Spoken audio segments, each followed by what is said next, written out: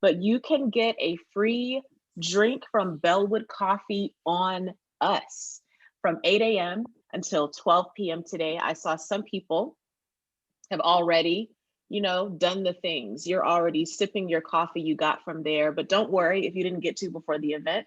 You can totally still do that after the event today until 12 p.m. We want to support our local coffee shops, and big shout out to Bellwood Coffee for that. Malik, I'm going to throw it to you so that you can just give us some little Zoom reminders. Tell the people.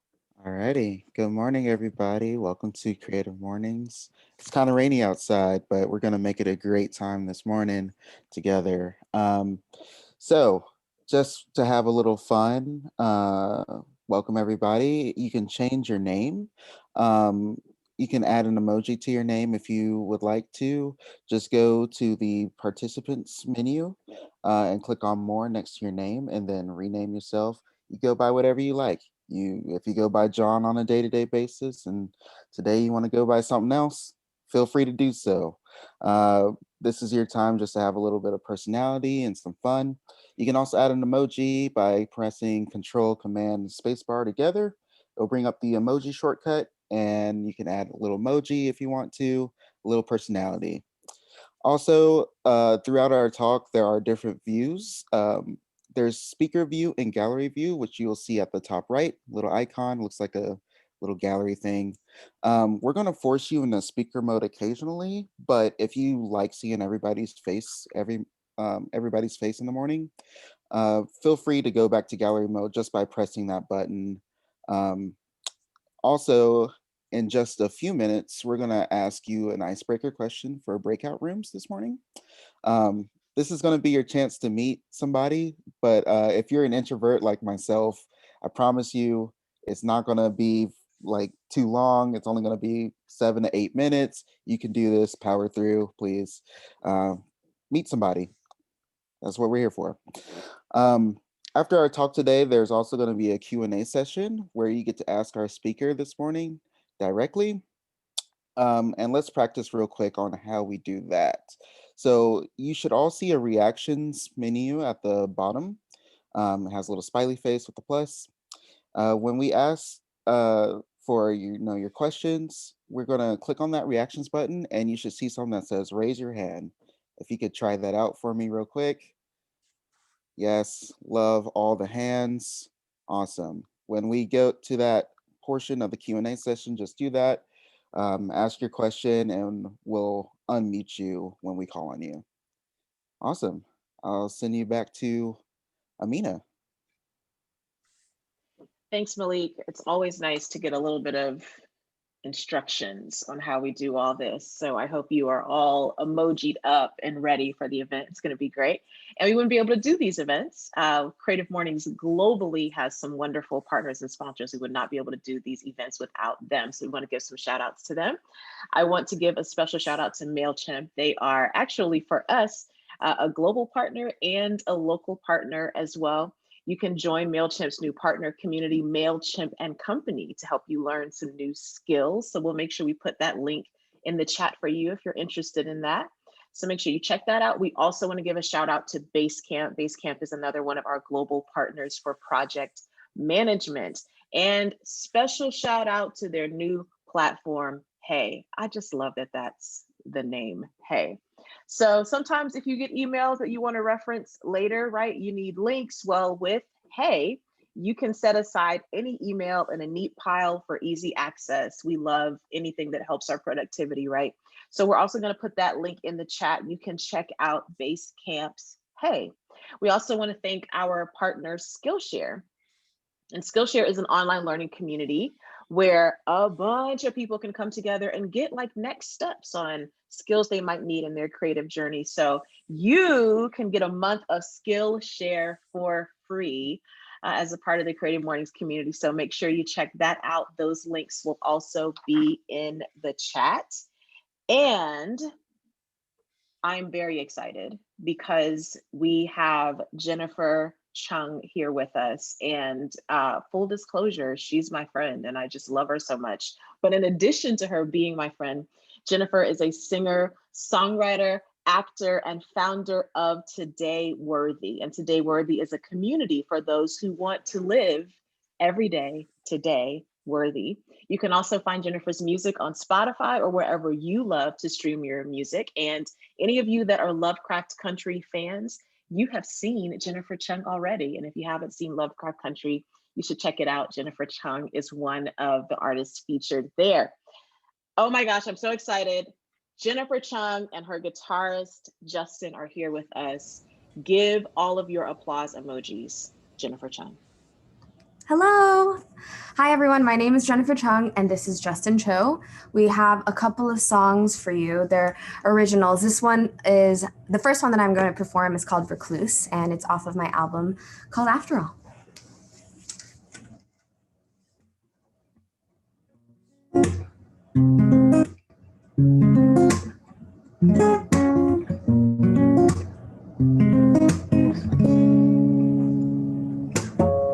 Turn my back on the things I knew, fell in love, and no, it got me confused.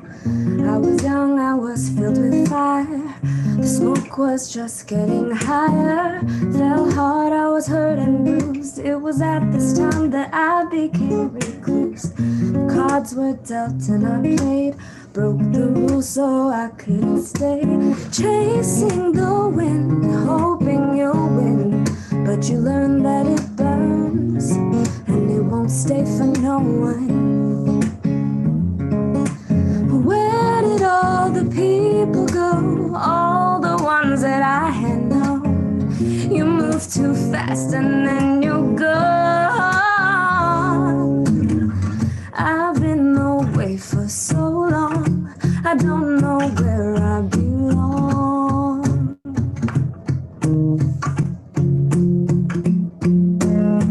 I've been away for so long, I don't know where I belong.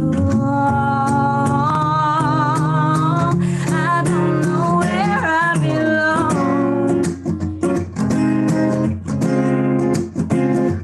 Where I belong.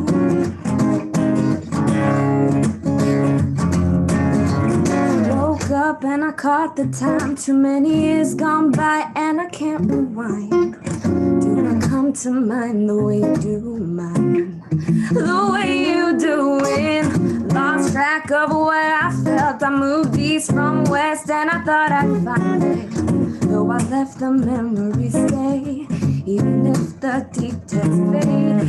Chasing the wind, hoping you'll win. But you learn that it burns, and it won't stay for no one.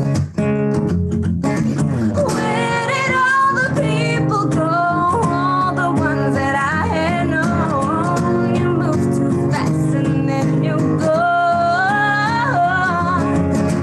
I've been away for so long, I don't know where I belong.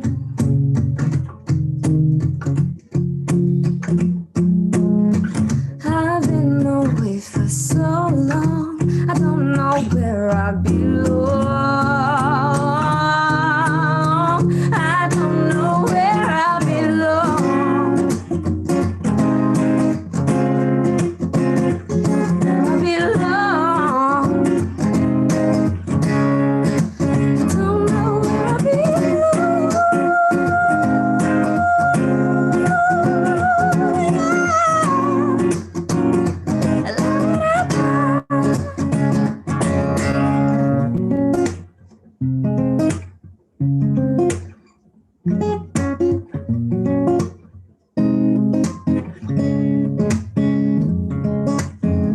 Turn my back on the things I knew, fell in love, and no, it got me confused.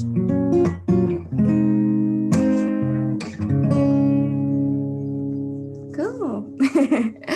So that song was called Recluse, and I thought it was appropriate to sing for the topic of the month, which is Divergent.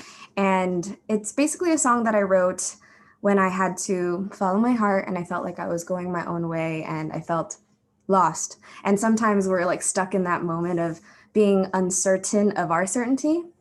But we have one more song for you. And this is a new song that we just wrote, so you're the first people to hear it. And It's about going your own way, and it's called Dragonfly. So again, my name is Jennifer Chung. This is Justin Cho. Thank you so much for having us.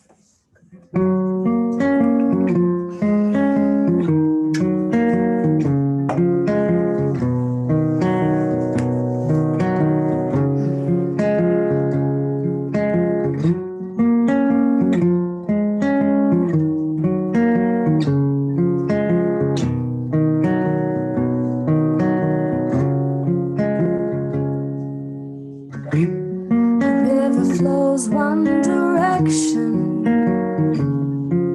and fishes they follow the flow. But what if one tried to mention that there was much more to explore?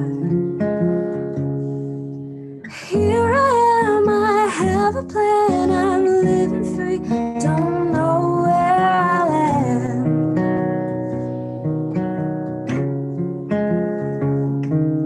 Here I am, I have a plan, I'm living free, don't know where I'll end.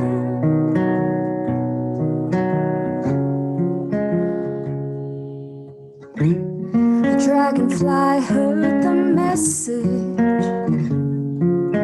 Darkness was home for the start. Spread its wings to the surface. The bright colors set them apart. Here I am, I have a plan, I'm living free, don't know where I'll land.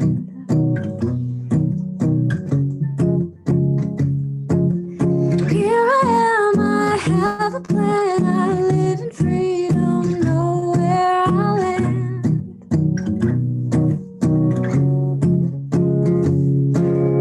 Here I am, I have a plan, I'm living free, don't know where I'll land.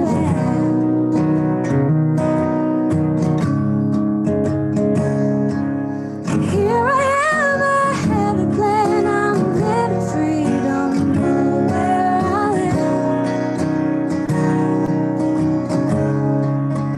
Here I am.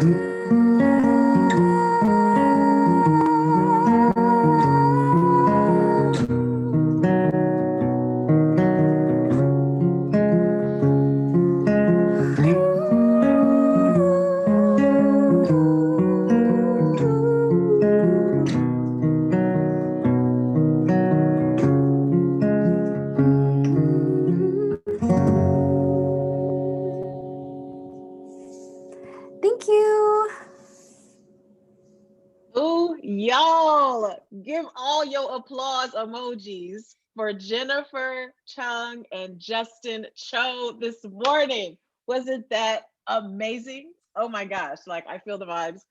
And hearing this new song that goes so well with our theme this month, which is Divergent. And any of us that are in creative work, wherever we are, we know that there is always something divergent happening and how we have to learn to work and how we've approached our careers. So we are exploring that today. You can check out the chat so that you can make sure you have the links to follow Jennifer. Some people on here were asking about some Venmo for you, Jennifer. So I don't know if you want to share that in the chat for the people. If you have a place where the people can support, you know, put that in there. It's now time for our local sponsors. I'm throwing it over to you, Blake. I feel like we're on a morning show. I'm like, Blake, how is it out there in Times Square? Hey, thanks, Amina. Glad to be here. Yeah, we're excited.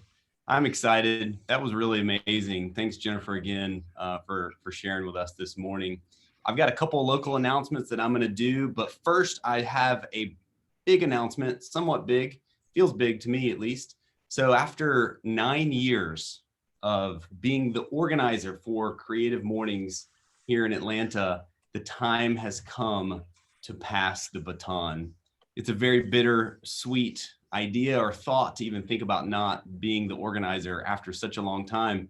And I've so enjoyed making up wacky game shows or trying to be funny or silly or finding amazing speakers and being a part of this amazing community. I plan to still be involved and around, but the time has come to pass the baton, mostly because, you know, the person who I wanted to pass it to is clearly the right choice. I think I would have kept going if it wasn't for this person willing to take over.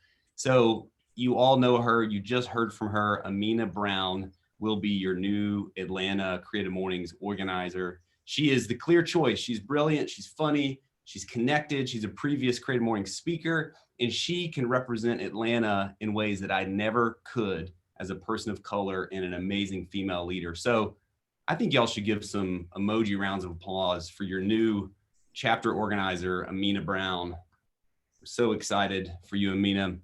So timing wise, this month, next month will be my last event officially. So I'll be around. I'm not gone just yet. We're kind of working through a transition right now. So Amina will be taking over in the next month. So officially in March and April will be her first kind of taking over. So just wanted to make that announcement. We'll be around. I'll be around next month a little bit, and I'm just excited for the future. I'm excited for Amina's fresh perspective and energy, bringing that to this chapter as we continue to live out the mission of connecting the creative community and inspiring the creative community here in Atlanta. So, all right, that was the biggest announcement. I do want to share some other slides.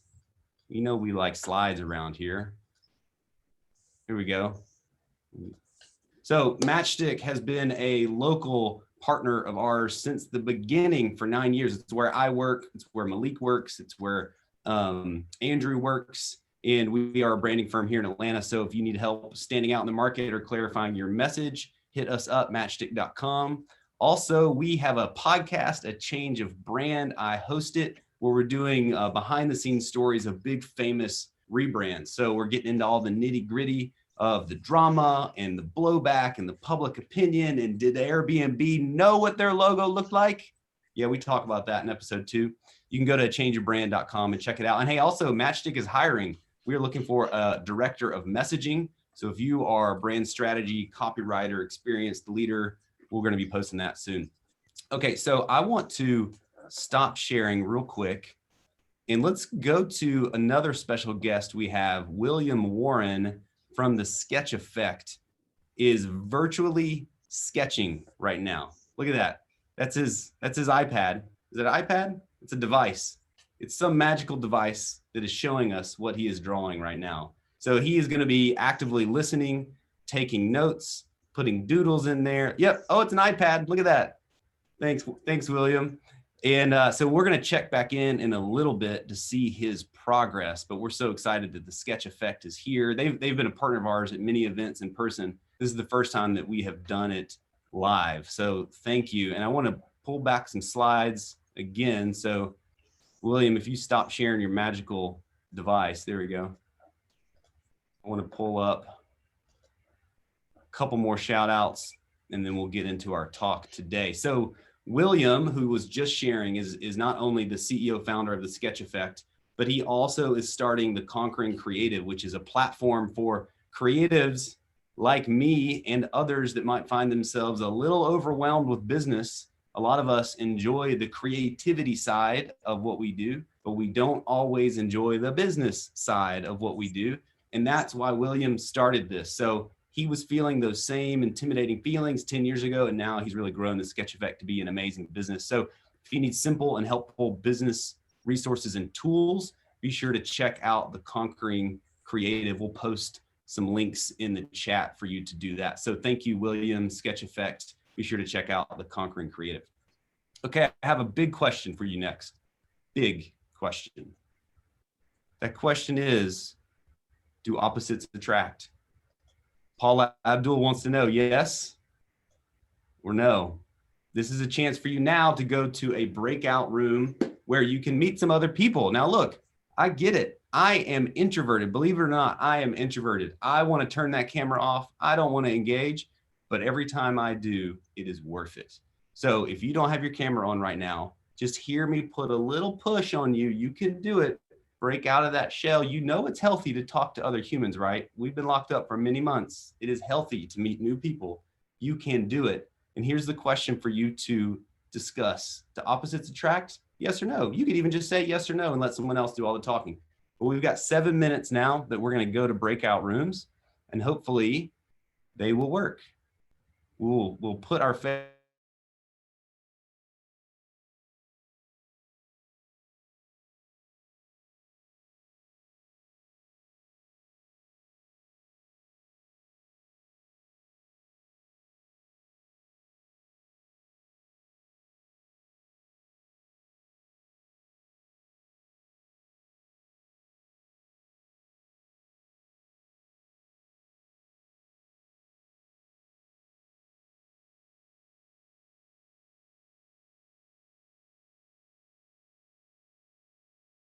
Got to know some people a little bit.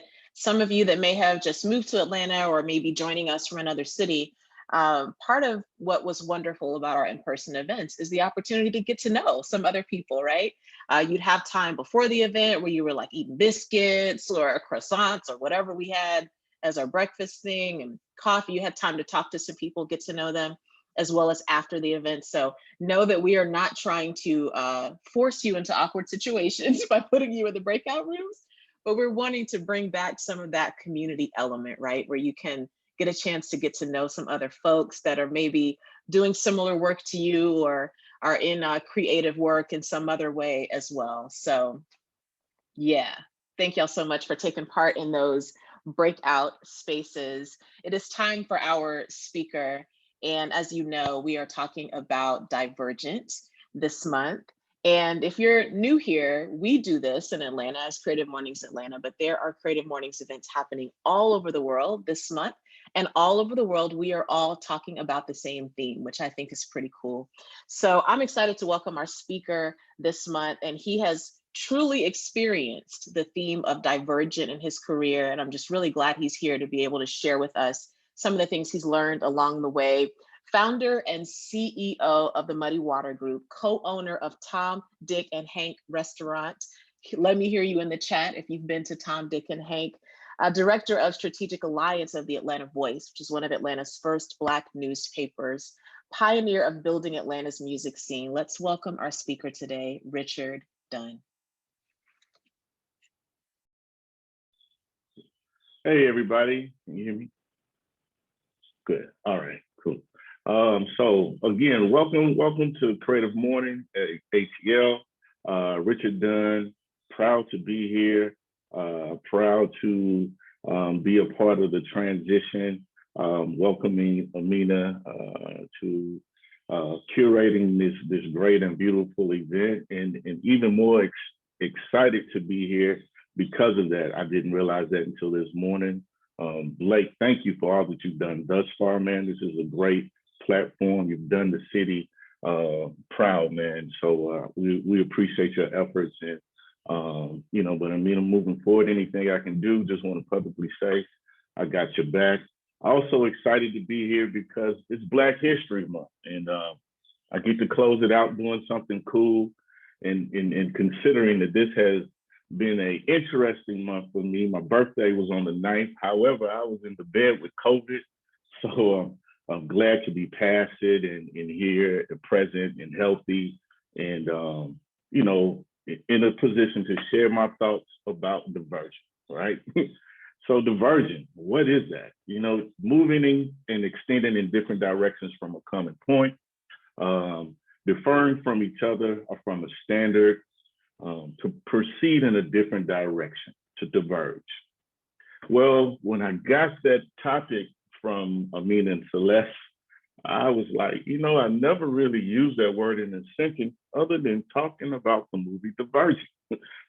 So I said, well, let me watch the movie again. So going back and watching the movie, and if you guys haven't seen the movie, it is about a society that has decided to create different fractions, and you are placed in your fraction based off your personality, your skill set, your altitude, whatever criteria this society has put together. they created these 5 fractions. And what they would do when you came of age, you had to take a basically an altitude test, similar to our ACT, SAT, and it would determine where your place would be in society. And they would stick you in said fraction, and you would live the rest of your life out there. It was fraction before family. So regardless of where your parents were, if the test sent you to a different direction, that's where you landed. That's where you lived your life. However, during the test, if you tested to a point where you had characteristics or skill set of multiple fractions, 2 things would happen. Well, 3 things would happen technically. The first thing is that they would label you a divergent.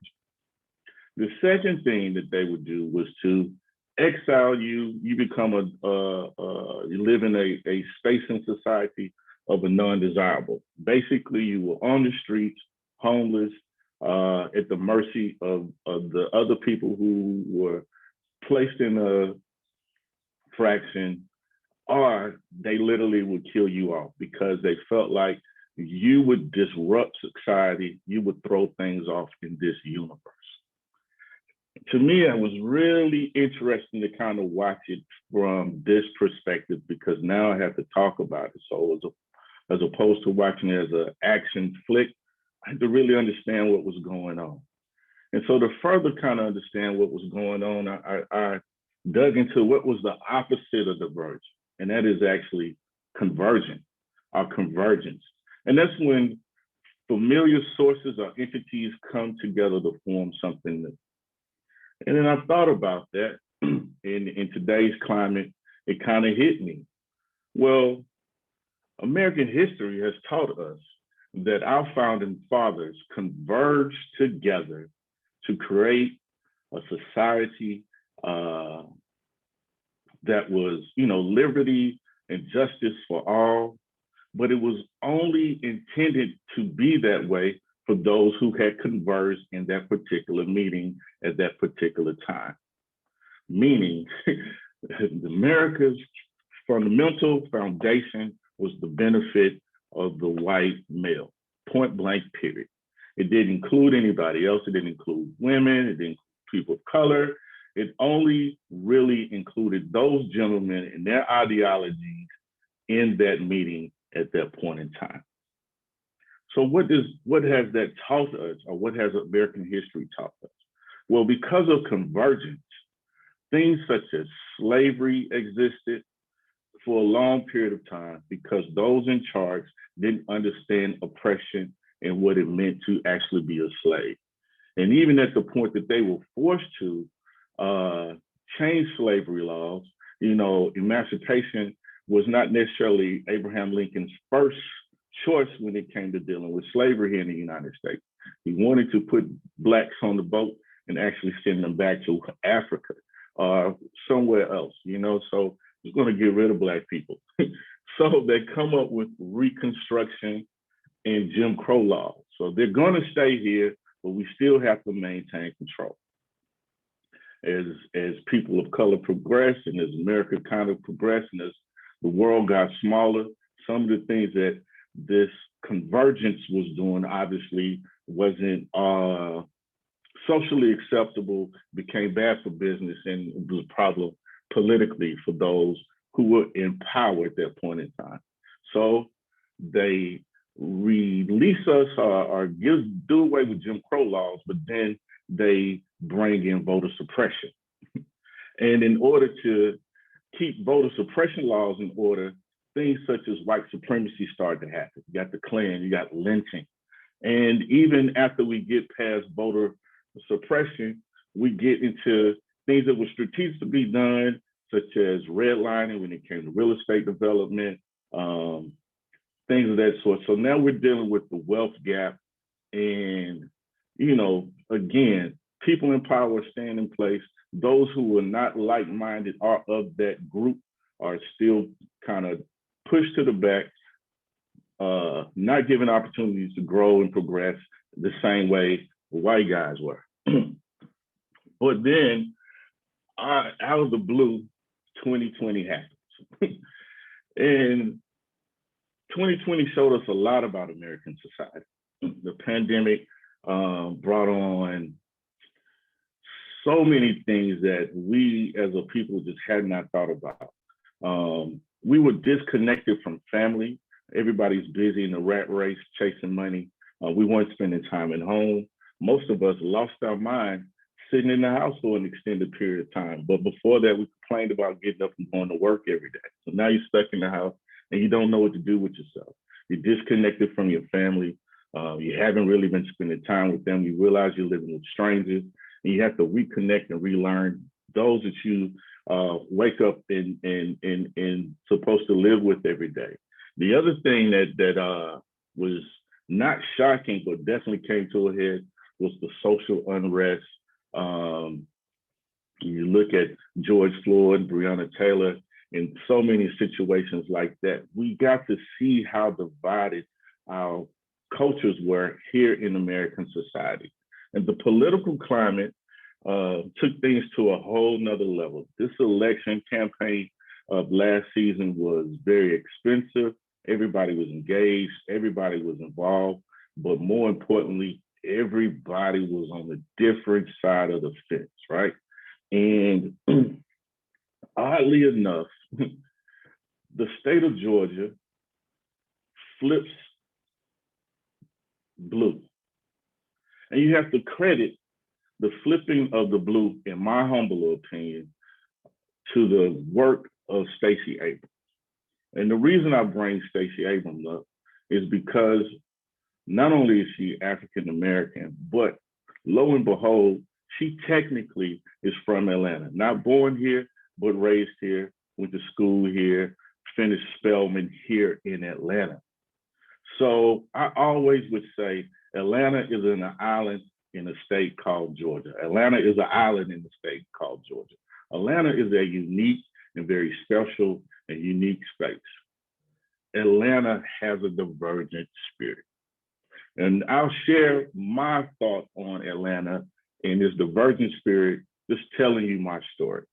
So I am a native of Atlanta. I am third generation Atlantean. My grandfather moved to Atlanta from Wetumpka, Alabama. He came to Atlanta to attend Morehouse College, and he, while studying at Morehouse, he got a job on the printing press at the Atlanta Daily World. The Atlanta Daily World happens to be the first and the oldest African-American owned and operated newspaper here in Atlanta. The unique thing about Black Atlanta at that point in time, this is pre civil rights movement, or right as civil rights movement was really kind of getting going. There's a pocket of old Black Atlanta who had assimilated. They were doing good business with white Atlanta, and they were, for lack of better words, fine with the way things were. And there's a second group of Black Atlantas, of Blacks in the United States, that wanted to progress just a little bit more. They had a little bit more of a radical spirit, had a different ideology. They really wanted equality and equal rights and equal opportunity. Just to kind of survive and maintain was not enough. They really wanted more out of life, and they wanted more from America, and they wanted more from the values that were offered to them based off the Constitution. So my grandfather left the Daily World, and in the 1960s, he collaborated with Herman Russell and Jesse Hill and John Smith and a couple other people, and they formed the Atlanta Inquirer first. They did that in 1960. In 1966, my grandfather partnered with a gentleman by the name of Ed Clayton. Mr. Clayton was married to Zenona Clayton at that point in time. So going into the first week of publication, oddly enough, Mr. Clayton died. And on his deathbed, he asked my grandfather to keep the newspaper going. And so from 1966 to this current day, my grandfather's paper is still printed weekly here in the Atlanta area. But his slogan or tagline or motto for the Atlanta Voice was, "A people without a voice could not be heard." And so he wanted to express the story of African Americans in a way that was authentic, it was unique and different. The other thing that my grandfather did that is significant and important is that during the late 60s, he purchased his own printing press. The reason that's significant is for a couple of things. One, when he was sending his paper out to be printed, he was sending it to the white printers, and that paper was coming back edited. It was not what he intended to say. And so he had a problem with that because he was not being, they were basically censoring what he was putting out to the Black community. So him purchasing his press, now he could say what he wanted to say. He could afford to print as many papers as he wanted to. And not only that, he could print papers for other African Americans. So in my grandfather's heyday, he was able to establish roughly 12 franchises, for lack of better words, with the moniker of the boy. So he was in Athens, and Pensacola, Birmingham, and Macon, and so on and so forth, Athens. But then he also was able to print other people's publications. So he used this press to print all the papers that were coming out of the AUC. He was able to print, Hosea Williams had a paper when he was out advocating. He also printed Creative Loafing for a little while. He printed Rolling Out when they first came into the market. He also printed The Final Call for the Nation of Islam when they first came to Atlanta as well. So that was very significant and very powerful in that day and time. And I bring that all up to say because there shows collaborative effort, there shows a different way of thinking, there shows what it was really like to be Atlanta and be in Atlanta, and what Atlanta was for me as a child of the 70s and the 80s. And so I grew up on the west side of Atlanta. I always attended Atlanta public schools, K through 12. But the unique thing about Atlanta public schools for me at that point in time is that, and my story, similar to Stacy's to a degree, because while she grew up in East Atlanta, there's a lot of similarities in just being Black and really growing up in this city. The first thing is that in Atlanta public schools specifically, the superintendent was Black, which meant that we were educated with a sensibility and a sense of pride of just being Black and unapologetically Black and being okay with that. The other thing from my personal experience is that I never went to a school where the principal was anything other than somebody that looked like me. I never had a teacher growing up K through 12 with anyone that did not look like me. Truth be told, I never sat in a classroom with anybody of the opposite race until I attended Georgia Southern. So I am blackity black, black, black. And when you grow up on the west side of Atlanta and you have a grandfather who is as militant as he is, I honestly, without a racist bone in my body, would only see white people on TV. So, well, how does that happen? And why does it exist in Atlanta? And furthermore, being Black in Atlanta, my background is relevant because these are all the mayors of this city during my lifetime. So having a perspective of leadership, having a perspective that I could be something with my life, that I could do more, was really instilled in me because of my grandfather and because of Atlanta public schools. And I'll dig a little deeper about that experience. So in kindergarten, a year behind me was John Miles. His father was John Lewis. A year ahead of me was Bo Young. So Mr. Mayor Young, Andrew Young, would actually come pick Bo up in squad cars from time to time. And we thought that was funny and amazing.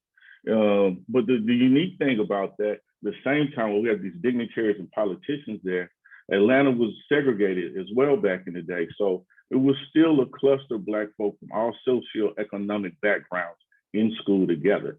So while we're at school with Bo, we're at school with John Lewis, on the west side, we went to school with people whose parents were street entrepreneurs, people who were not educated. We went to school with people who were, father just had a blue collar job. some doctors, some lawyers. So we got along. So I finished Douglas High School, and Douglas High School is where Keisha Bottoms went to school. But Douglas High School is also where Killer Mike went to school, and where Little John went to school, and Kilo went to school. And there's some world famous drug dealers that are, you know, prison legends and street legends and all of that stuff. But they went to Douglas too. So it made me very fluid. It made me very understanding of Black culture in Atlanta. I can maneuver anywhere. I like to say I'm good from Bankhead to Buckhead, right? But how did Atlanta get like that? And what, again, makes Atlanta special to me? Well, post-Civil War, Atlanta was federally protected. So if you were Black, you knew that you could come to Atlanta and you could kind of get your life back in order because you were protected. The beauty in that is that you had skilled laborers who were former slaves working with merchants who were white men, white women, who had just been devastated by the burning of Atlanta by General Sherman. And so collectively they get together and they rebuild this city. Another great thing happened out of that was, well, now we need to educate Black folk. We need to make sure that they are able to assimilate, for lack of better words, into American society. So then you have the creation of what we now know as the AUC. The intentions were right or wrong, the AUC has made Atlanta a very special place, because even till this day, people from all over the world of color come to Atlanta to matriculate in the AUC, and they stay. And when they go home for summer vacation, spring break, or wherever they go and like to work, they take a little bit of Atlanta with them, and thus puts Atlanta in position to, quote unquote, influence everything. So the AUC is a great space, and largely because of collaborative efforts between whites and Blacks. All those schools were started by white churches and white institutions, except for Morris Brown. And unfortunately, you know, Morris Brown is still in existence, but the other four are strong and thriving, and Morris Brown is coming back around. But all of that to say, collaborative effort, Divergent, still in the spirit of Atlanta. The civil rights era and the time of W. Du Bois and Booker T. Washington is also very significant, in my opinion, in Atlanta just being a very different, a very unique city, and a very special place for African Americans. And now you've got this new Atlanta merging in terms of what's the new norm, what does it look like? We have flipped the election based off those works and those efforts of Stacey Abrams. And so what does that mean in terms of Divergent, and where do we go from here? Well, to me, the future is Divergent. That means that we collectively, everybody on this call has to have a fresh perspective. And in order to have a fresh perspective, you have to be a creative thinker. You have to be willing to work with unique individuals. You have to have the capacity to take a blank piece of paper and turn it into a masterpiece visually. You have to have the capacity to look at an instrument that will do nothing until you touch it and turn it into a hit record. And if you take that mindset and you look at those who converge in their decisions and how they handled the pandemic versus really being intentional about it, creating a creative, collaborative economy and having collaborative efforts and making sure that the table, when you sit down, is inclusive of all backgrounds, all nationalities, but especially in Atlanta, Black people, that's the future. That's what's going to make a difference. History has shown us that we've had some great divergent leaders come out of this city. So when you look at Dr. King, while he was fighting oppression and he was fighting violence, he went in the total opposite direction, and he was nonviolent, and that was his approach. He was being divergent. You know, when you look at W.E. Du Bois, when people of color were struggling to be educated and actually hitting a very low glass ceiling in terms of how they progressed professionally, you know, he made a point that Black people needed to be educated. They needed to go to college. They needed to be professional. You look at Booker T. Washington and how he approached tangible skills and making sure that if you could work with your hands, you could always feed yourself. To me, that's key and important and essential. And one of my favorite heroes is Ted Turner. He had the audacity to think the news should be on TV 24 hours a day, 7 days a week. He was definitely unorthodox, and he made it happen. So what's at stake? History will repeat itself if the world is not progressive and start to be more divergent. What will it take? It will take Black creators sitting at the table with people who are in place that control policy, because in my opinion, policy dictates infrastructure, so we have to do a better job. So what can everybody do? Everybody can invest meaningfully as well as with material and resources in Black creators here in Atlanta, and let Atlanta bubble and dictate and be the great example to the world, and the new normal will be okay. So I'm Richard Dunn, I'm a Divergent. I hope you enjoyed my conversation. Yo, y'all give it up in the chat for Richard Dunn. I mean, we got American history, we got Atlanta history in here, and we got Richard's personal story. Richard, thank you so much for sharing this with us. We're gonna take a few questions, as much as we can, in the next maybe 7 or so minutes here. So I'm gonna start with LaDonna. And let me see, I think you did you unmute yourself? You did it. Okay, LaDonna, what's your question? Yeah, Richard, I wanted to know what you're up to lately. Oh, right. So I'm Divergent. So my background really is hospitality and entertainment. 2020 shut down the live music business. So my current project, I am partnered in a real estate development on the southwest side of Atlanta. It is called Rise Creative Village. You can go check that out. Our goal with Rise is to create, basically, if the gathering spot in Atlanta Tech Village had a baby, but it was specifically for creatives, that's what Rise would be. So we will become an incubator, an accelerator, and a co-working space for creators in the Atlanta community. As a music professional, I never got a check that made a difference in my life that didn't say Wilshire or Broadway. So my intentions with this building is to make sure that you can come to Atlanta, you can create your content, you can get it greenlit, budgeted, and the check will say Martin Luther King or Peachtree Street or Lockwood, because that's where we are. So we're less than a mile away from Tyler Perry. It is currently a 30,000 square foot abandoned school building, been closed for 16 years. We'll convert it to about 45,000 square feet. It sits on 4 acres. We'll do some mixed use development. And, that's it. So we plan on bringing infrastructure to the creative community here in Atlanta, co-working space, meeting rooms, office space, and studios, all under one spot here in Atlanta. Oof, yes, I'm gonna throw a question out there, Richard, and if anyone has any other questions, raise your Zoom hand and we'll make sure that we call on you.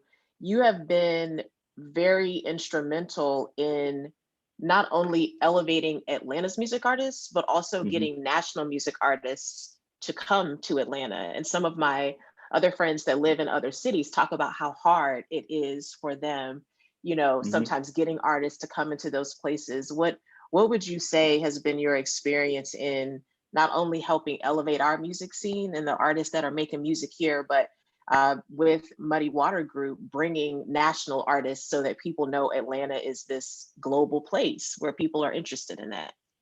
Right. So I'm a fan of music first. So I just go after talent that I really want to see.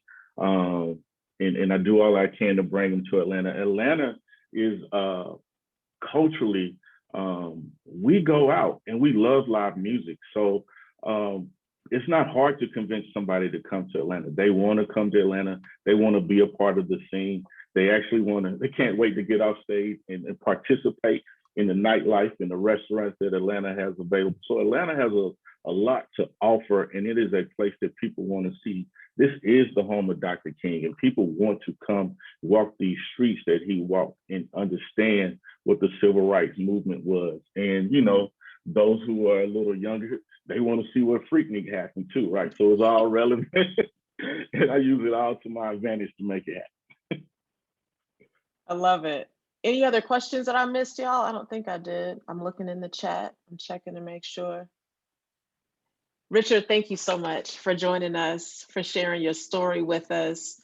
We'll be making sure we share the links with y'all, but make sure you follow. You can follow Richard on Instagram. You can follow Muddy Water Group. You can eat at Tom, Dick, and Hank. You can read the Atlanta Voice. Y'all got so much like homework y'all could be doing right now. It's so great.